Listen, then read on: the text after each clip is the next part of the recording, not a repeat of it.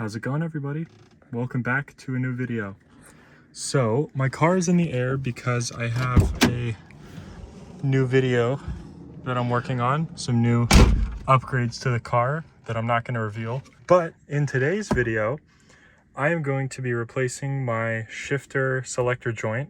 The first step is going to be to take out these bolts right here that hold the shifter in place. I have some new hardware, so we're just going to replace these bolts and then replace the selector joint. So hopefully the shifts are going to be a lot cleaner.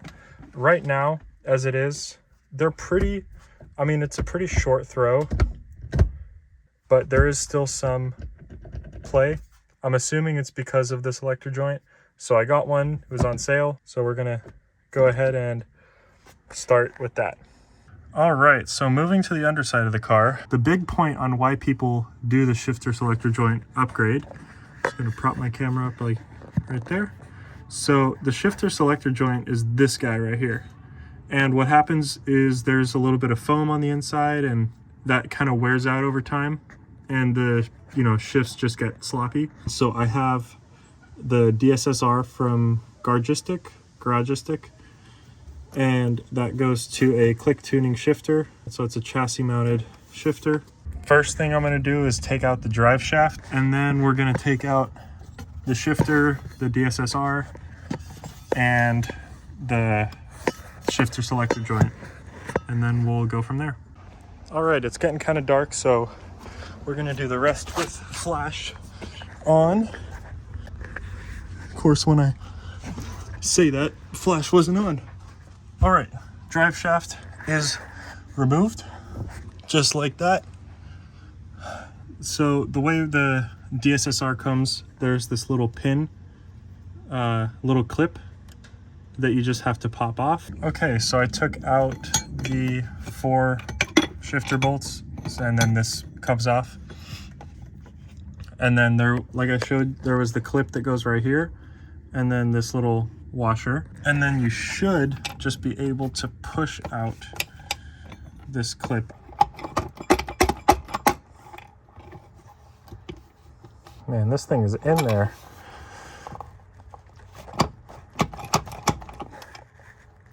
There we go. Just like that, we got this out. Put it with all of your other hardware. Then we can take off this plate from the shifter, and the shifter will be able to come out from the top. And then here we have the DSSR. So it's going to be the same thing right here, same clip, same pin that goes in. It might be easier just because you have the wiggle room with this, but yeah, you want to take that out, and then the whole DSSR comes out. Okay, as it's getting darker, we have both of the clips out, both of the pins out. Here we have the DSSR out of the car. And this is going to be the shifter selector joint right here. This little guy. So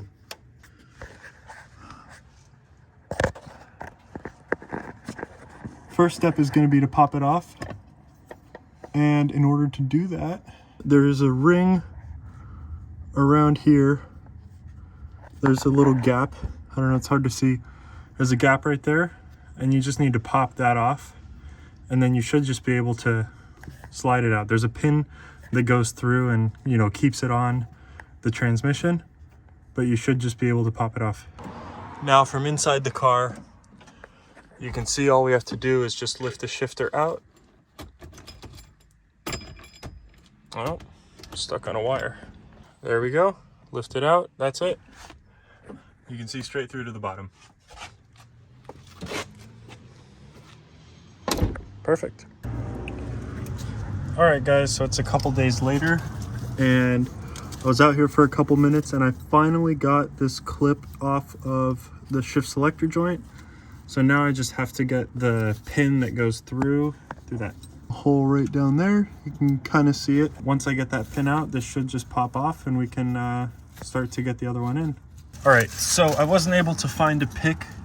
Pick would really help. So you have to come in from the top. So I'm just going to use an Allen key, and hopefully there you go. And you can see the pin coming down.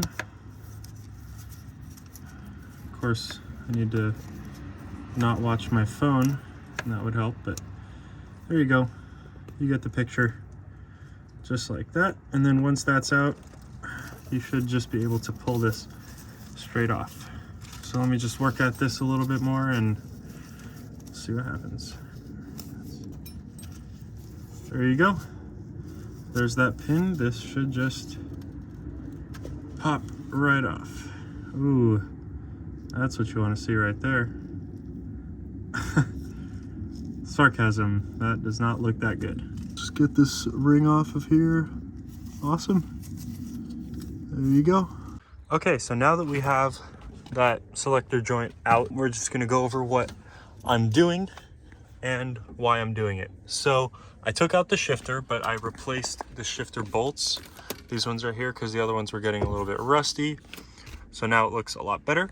As you guys saw, this selector joint goes between the, this selector rod goes between the selector joint and the bottom of the shifter. The selector joint went out and it was getting really sloppy. And here you can see the difference. So here's the new one. See how clean it is. There's the foam inside there. And here's the old one. You can see it's all grimy and disgusting in there. It doesn't look like there's any foam whatsoever. There's the pin in the ring. So this is going to be replaced with the new one, which is also a little bit lighter, so weight savings, I guess. And then these pins hold both sides of the selector rod in. And then there's this gasket that goes on the other side on the transmission side behind the selector joint. And then this pin and this ring right here. So now we're gonna go back under the car, try and get the gasket and the new selector joint in. I also wanna try and kind of shape this to go around the selector joint and the bottom of the shifter a little bit better, just so there's less play in the shifter, less room to move. So I just checked down below. This side fits tighter around the shifter, so that's the side I'm gonna use there. So this one's gonna be at the selector joint, and as you can see, there is some clearance right there, so I'm just gonna try and bend that back in so it fits tighter around. Okay, so I got it so there's a little bit more, or a little bit less clearance, quite a bit less, as you can see.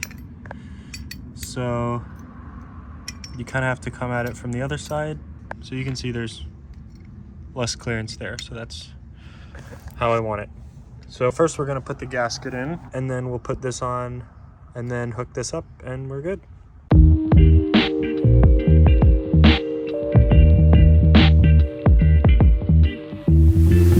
Alright guys, so I've been at this for about 25 minutes or so. I'm gonna turn so you can see, but I finally got the seal out.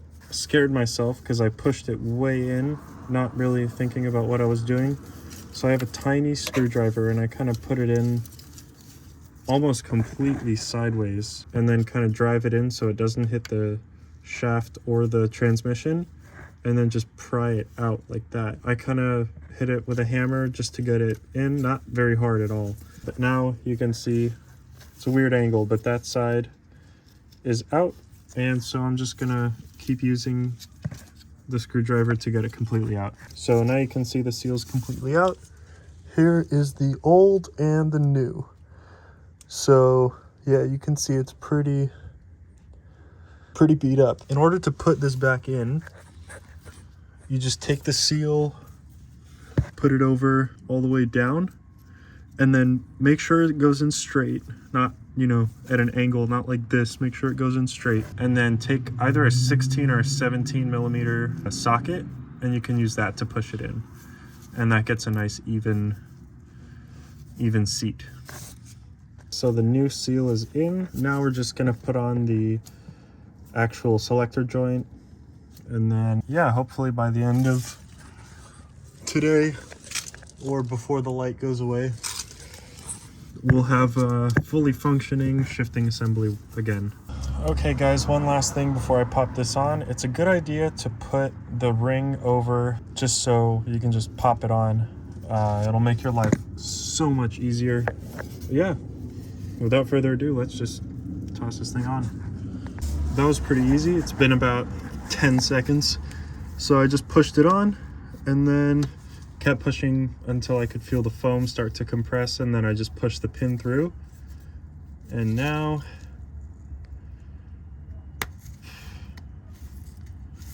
once I get this on, there you go, installed. Seems there's a lot, it's a lot stiffer. I don't know if you can. So yeah, we'll see what happens. Let's get the rest of this thing on. Okay, so I got half of it on. I don't know if you can tell, but it looks like it's leaning this way. So this side's a little bit too low. So my thought process is I'm just gonna put the shifter on. Maybe that'll help support it a bit. But yeah, it's pretty tight in there. So that's good. Okay, so I have half of both in. I just want to go up and see how this feels because it looks so much stiffer. So we're just going to go up to the top and kind of see how the shifter play feels, and then we'll come back here, maybe get some C-clamps to push these in. But yeah, we'll see. All right, guys, so I'm back in the car. Light is almost gone, but I finished from under the car, so the selector joint is in, and the pins holding in the selector rod they're completely bolted, or completely together. So it's still leaning a little bit to the right. It's kind of hard to see from this angle. Well, it's in gear, that's why. Yeah, so that's neutral. That's resting position. I feel like it should be right there, but I'm sure it'll be okay. This is how it was before anyway, so I'm kind of used to it already. Anyway,